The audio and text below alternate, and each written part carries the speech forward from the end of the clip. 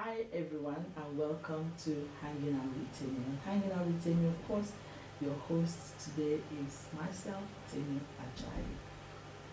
And on this show, I have Mrs. Sadiq Ojiba. Thank you so much for honoring our interview and to come on the show. I know you're a very, very busy person, but you still honor this invitation. I know you're a mother, an entrepreneur, a poet, and with a company called Extra. Is that correct? That is correct. Thank you for having me.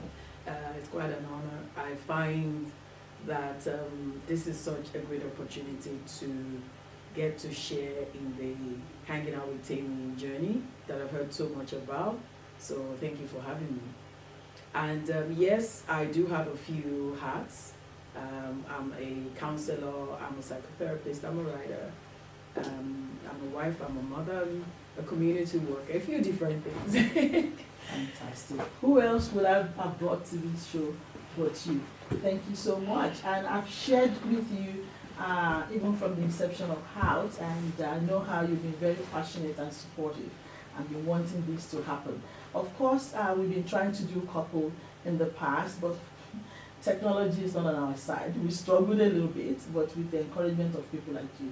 And this is the first of a kind, so to say, professionally done, I assume. So yeah, how today we're going to be talking about who is a woman. Who is a woman? I believe that women are very, very crucial.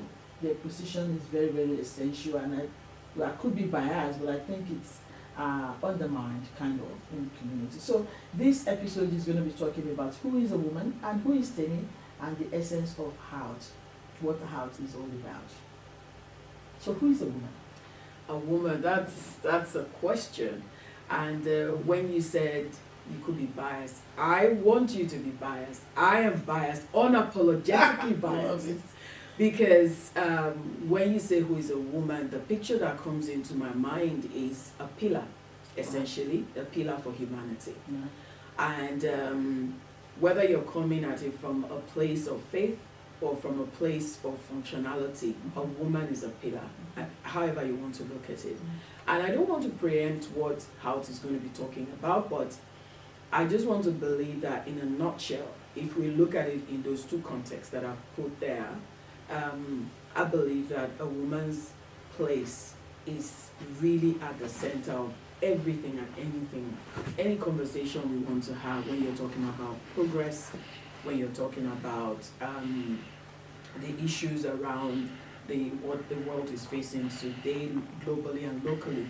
When you talk about our own individual lives in our homes and how we as women, what roles we're actually playing. So I believe that a woman is a person who has been equipped by God to hold a very central position in the world. And you're looking at it in terms of biologically, emotionally. You're looking at it in terms of how the woman is a point of convergence for the whole community. And I can't even begin to tell you because, like I said, I don't want to preempt what HOWT is going to be talking about. But I just believe that from a place of faith, I understand that a woman is created in such a manner that she has been equipped with so much that is essential for the world. And from a place of functionality as well, I mean, if you're looking biologically, the other half of humanity is responsible for the whole of humanity. Come on now. Yes, because we are the ones who give birth to humanity. Right. So what are we talking about? You're very, very right. Thank you for mentioning that. And when you talk about spirituality, it's true.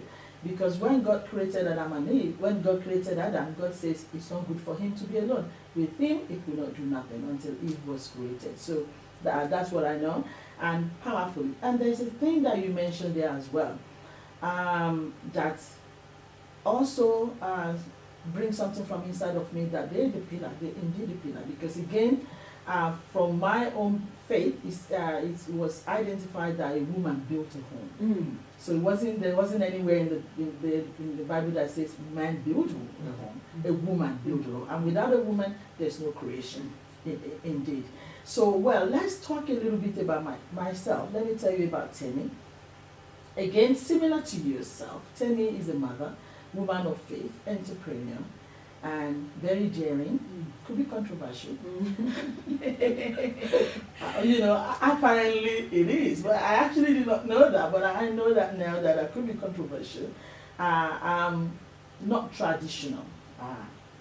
So you don't fit into the typical traditional sense of what a woman is. No, Okay. I don't, because I believe from my again, everything is guided, and I know from your side too, it's guided by faith and by what I believe in my constitution, that God created man and a woman, and both of them individual. There's role that is given to every one of them, and then when we're going to go back and give account of what we've done, you're not going to go back as Mrs. Watt. You are going to go back as an individual. And it's given to every one of us brain, faith, intellect, talent to be used. And I can just quickly add to that, because I like that you're giving us permission to actually be in one of our most essential roles, which is our faith, from a place of faith. Right. And I know that as a Muslim woman, it's exactly what you said. We're created with individual roles.